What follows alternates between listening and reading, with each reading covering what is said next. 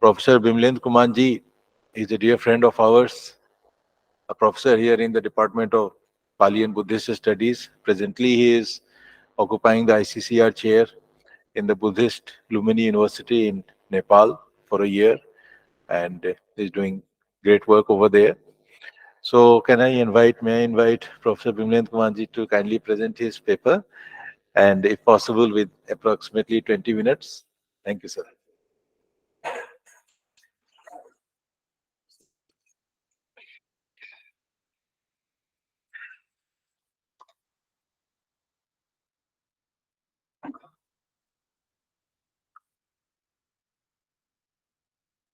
Respected Chairman of this session, Professor Rajesh Kumar Jhaji, distinguished guests or delegates who are sitting on the dais,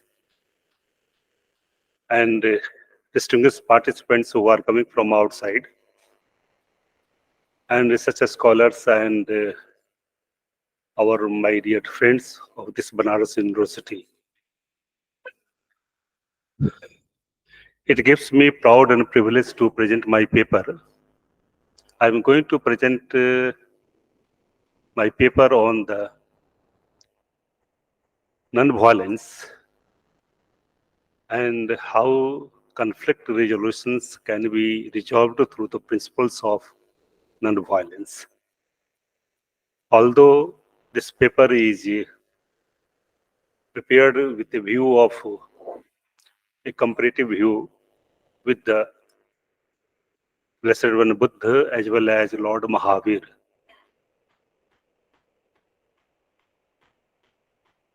Let us see that how these conflicts are coming. If you go through the global happiness index presented by UNO, there are 10 years decline. Year by year, we are declining our global happiness index. The whole problem lies within the conflicts. Conflicts are inevitable, but it can be resolved through the other factors also. How these conflicts are coming into society, there are so many problems which are being discussed by our social thinkers like Lord Mahavir and Lord Buddha also.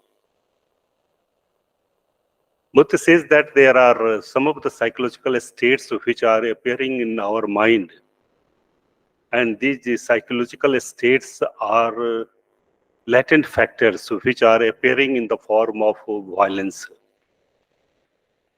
This violence is nothing but it is our immoral psychic states. And Buddha talks about generally there are 7 types of immoral psychic states which create problem. But in other suttas also, there are some of the factors which are creating problems like conflicts in our society. How these conflicts can be resolved, Buddha has also discussed so many things like Brahma Vihar, Maitri Karuna Mudita Upekha. But I will discuss that how this non-concept violence or non-violence has been discussed in our text also. How this non-violence, the concept which has emerged,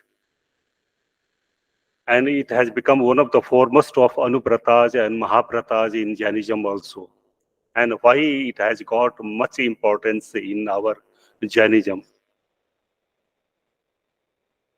Buddhism talks about the mental state as well as Jainism talks about our physical behavior.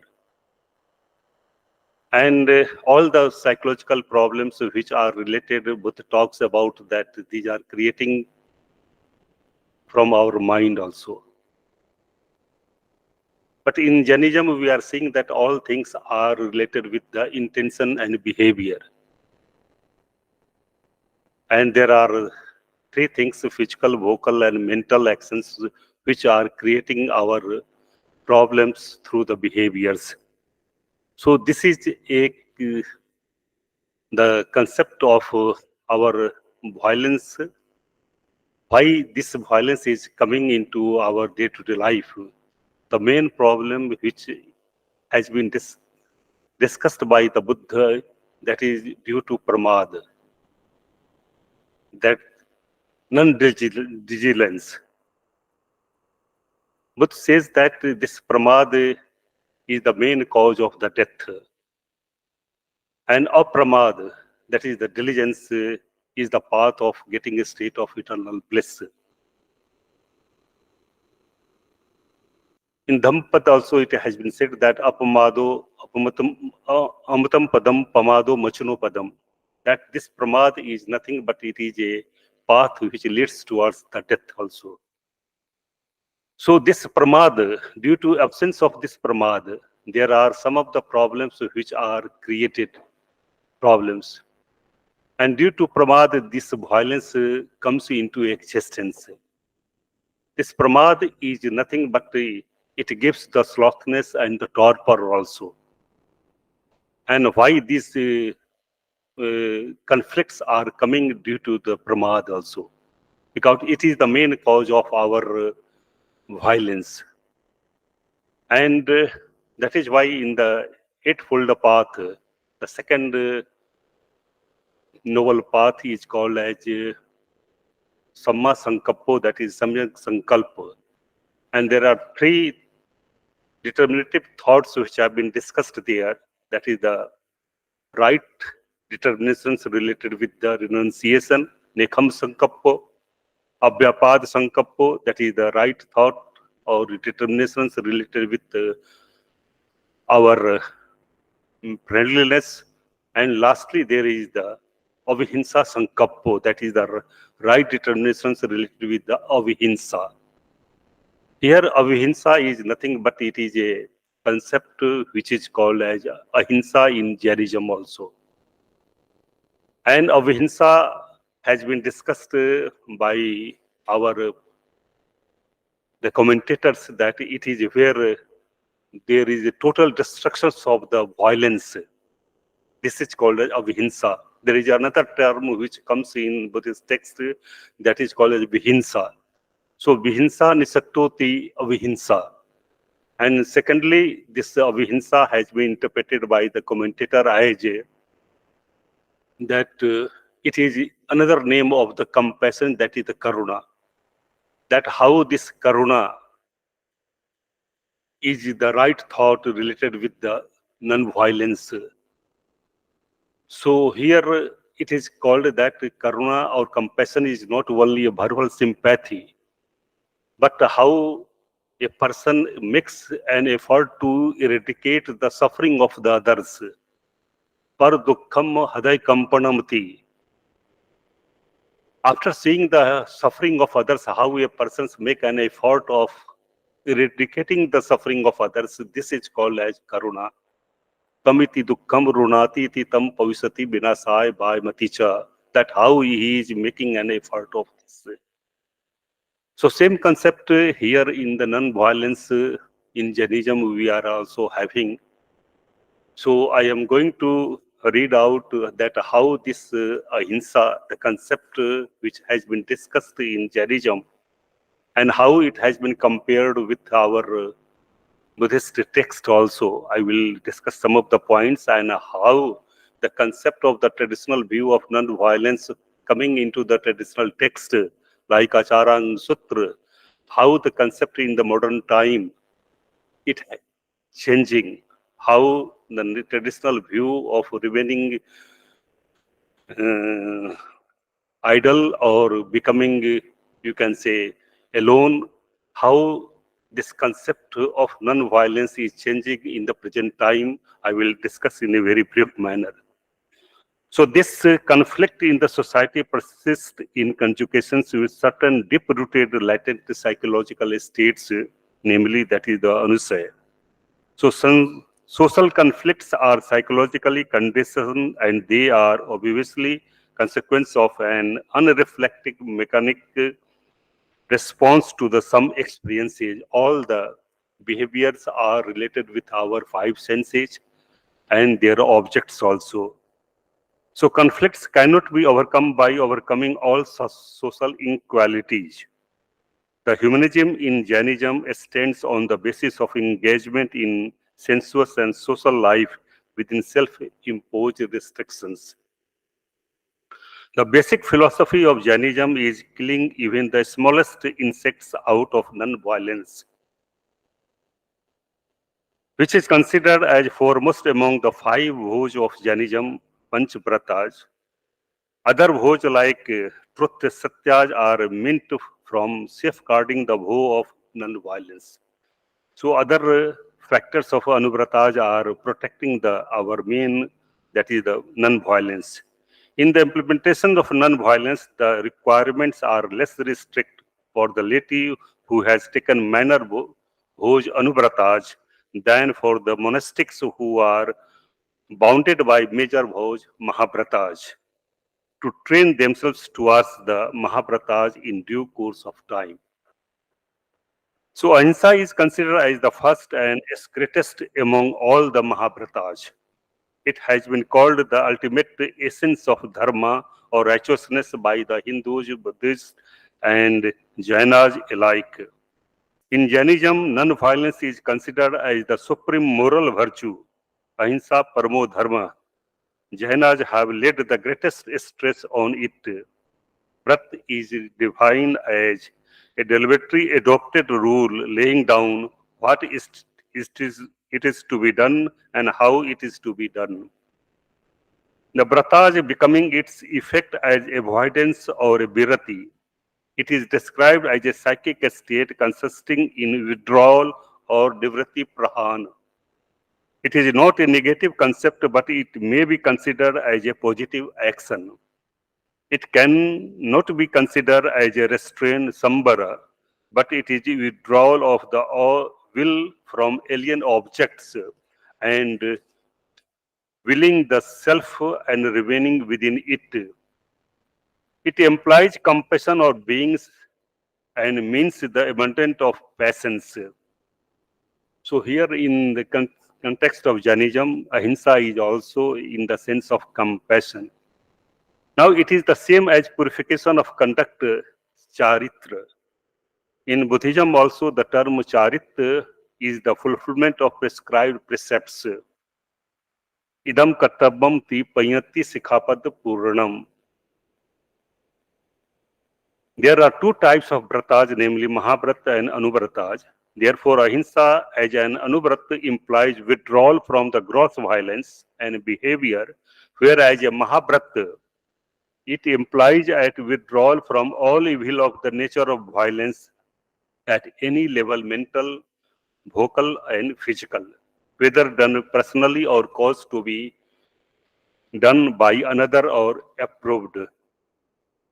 There is a distinction between Buddhist and Jain Ahiṃsā.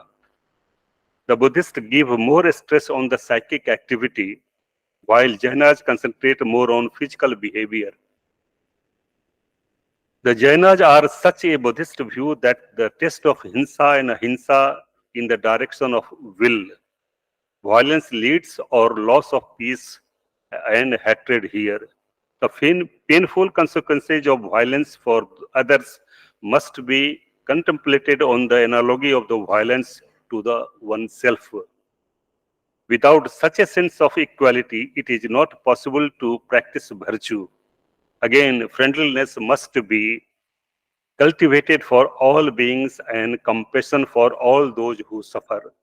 It is also compared with the teachings of the Buddha, that where Buddha in the Metta Sutta of Sutnipat says that Mittam cha sab lokosmin manasam bhave apimarnam, that there must be immeasurable friendliness to all the living beings.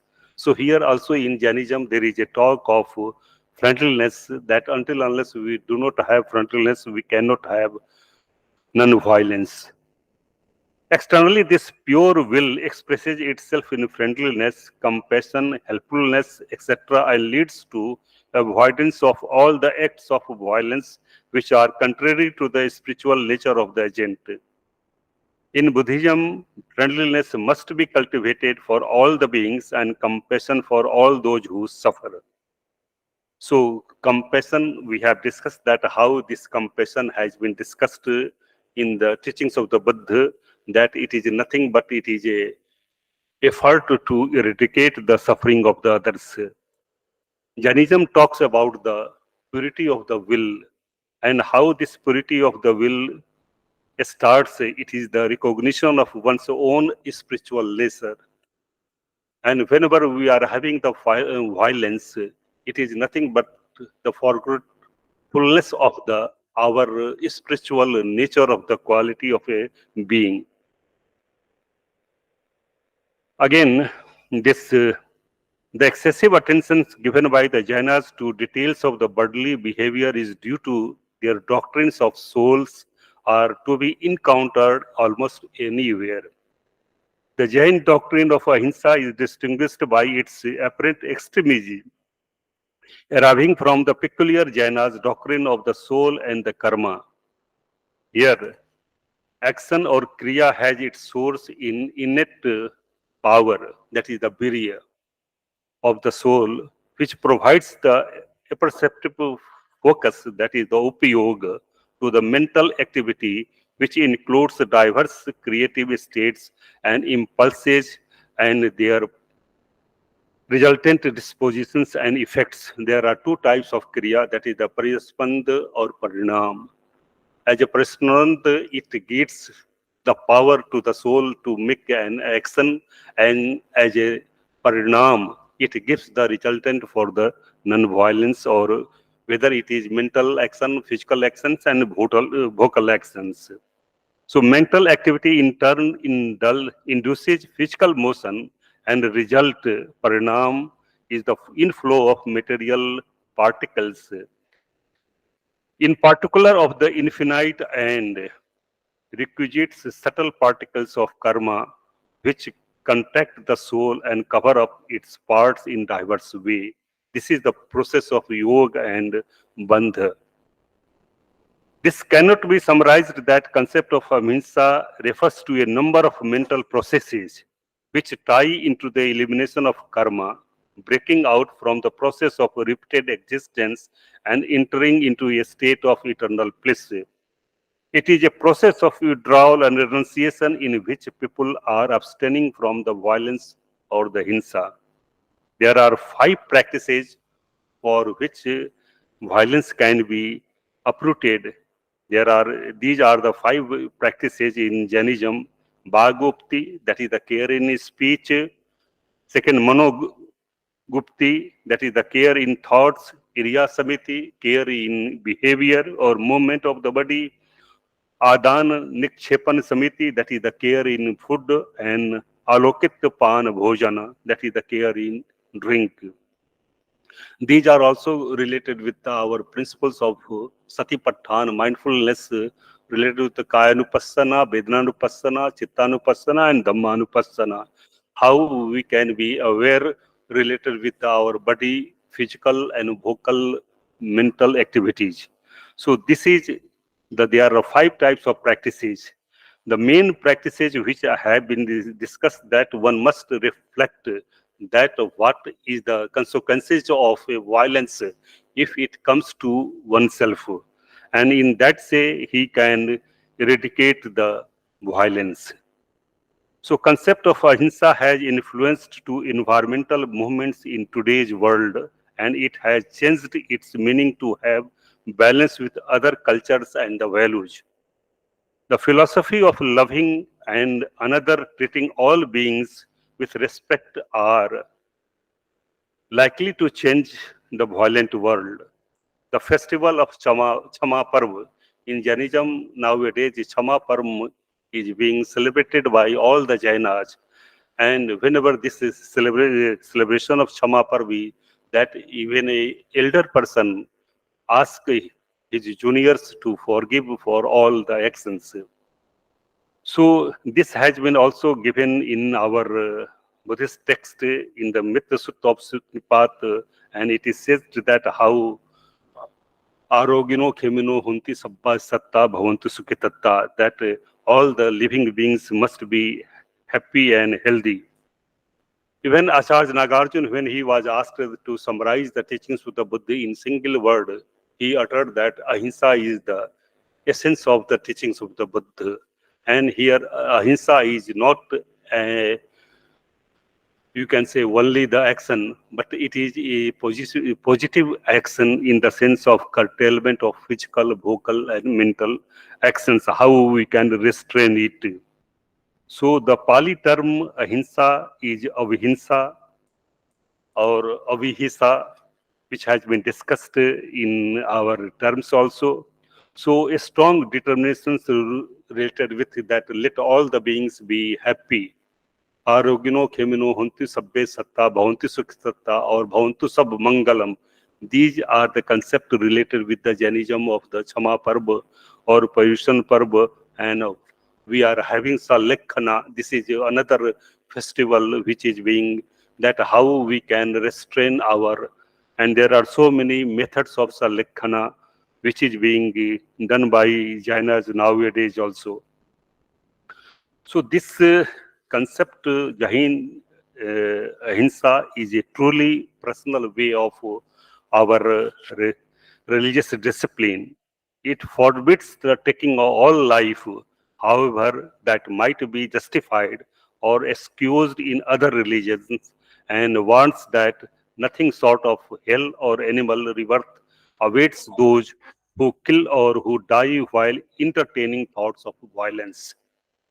So the perspective of Jain Ahiṃsā does allow Jain to sacrifice even his own life in order to guard and nurture his soul. So nowadays there is a more stress on this, that how people are thinking about it. And there was a concept in our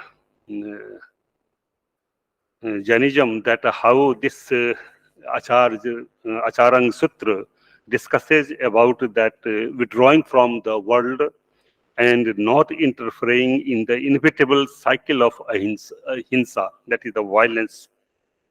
But in recent times we are seeing that how the concept of non-violence is changing.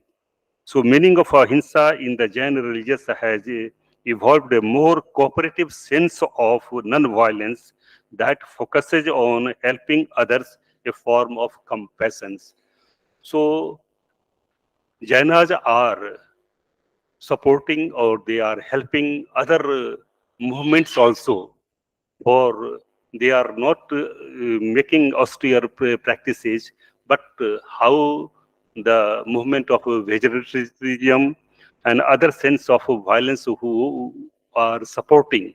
So these Jainas are supporting each other. So here there is a movement of how the cooperative sense of non-violence is being evolved nowadays in Western countries, especially in USA, United States of America, how this concept is being changed also. So there is a secular concept of Ahiṃsā also, that how this non-violence can be also adopted with other religions also.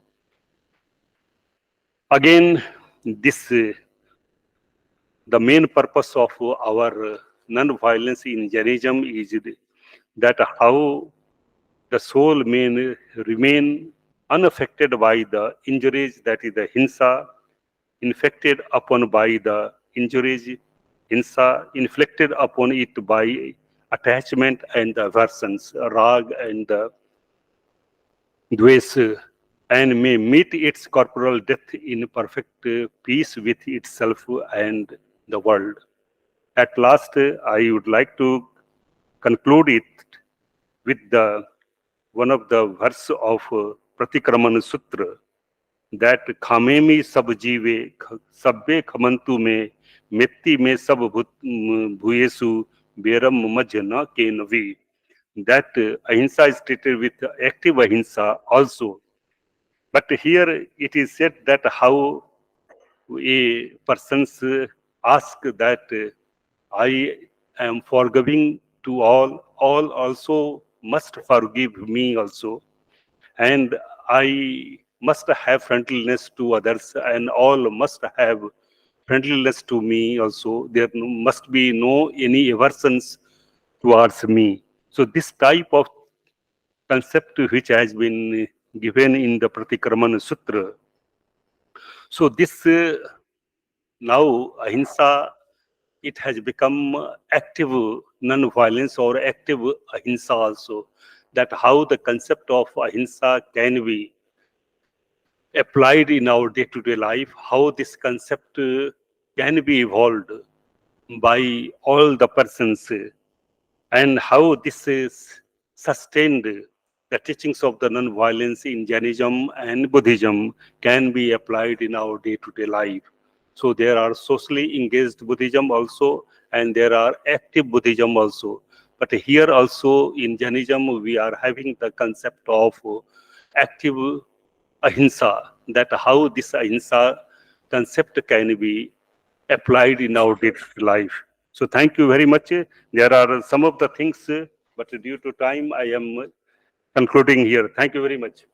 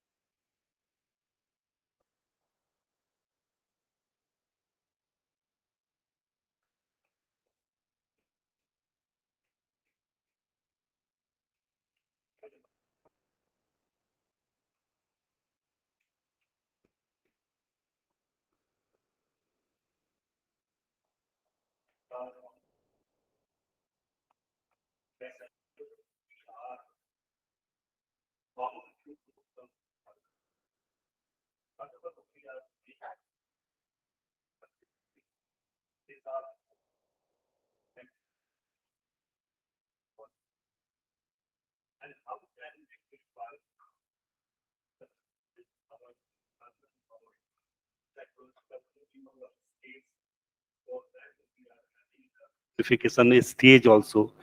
In Jainism also, we are having stages of purifications, that how our consciousness can be purified or jiva can be purified. And here in Jainism also, we see that how the soul, which is being in motion due to our karma also. And this karma we are talking about, these are two types, pariyaspanda or parinam. And due to this pariyaspanda, it becomes, you can say, active. That is, it gives bhaya energy also. And due to this parinam, that parinam, our karma, we are having our physical, vocal, mental imbalances in our society. So we have to check it, that how we have to check or purify our consciousness or jiva or soul in Jainism also. So in that way we can do things. Dr. Bhagwan.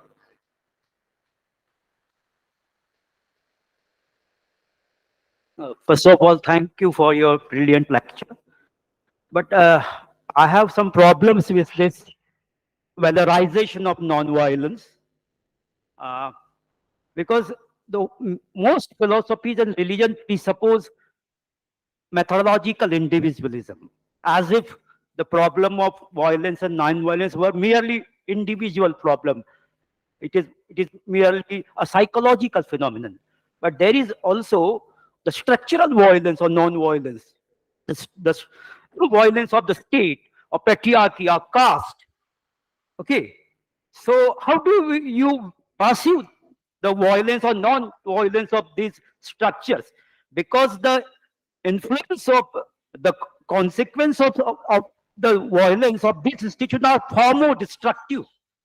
So this is the problem. And what do you think of emancipatory violence? The violence of the oppressed, when they are faced with oppression, and they want to resist this oppression, and they resort to violence. So there are many philosophers who have justified emancipatory violence, like uh, Jean-Paul Sartre, Walter Benjamin, and Franz Fanon. So I would like to have your views on this. Thank you.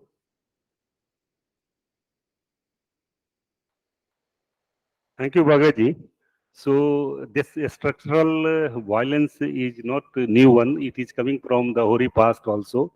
At the time of the Buddha also, there was a structural uh, violence, or you can say divisions in the caste system. And that is why Buddha also says that Chattaro Varna Samsamahonti, that all Varnas are equal. No one is superior or inferior. And he talks about that how imbalance in the society can be taken, or how imbalance in the harmony can be also achieved. And for that, he says that all people are equal. No one is inferior or superior. Whosoever thinks that one is superior or one is inferior, he is engrossed with the papakam ditikatam, that he is engrossed with the evils also. And he talks that there is no any, you can say, caste system. They all are equal. So in that way, we can remove this structural violence, and that is why at that time also there were structural violence, whether it is a boundary or a boundaryless violence, but there were. But Buddha talks about it, that how we can remove these structural violence also. And he talks about this whenever he talks about the boundaries also, Rohini River, he talks about that how it can be removed.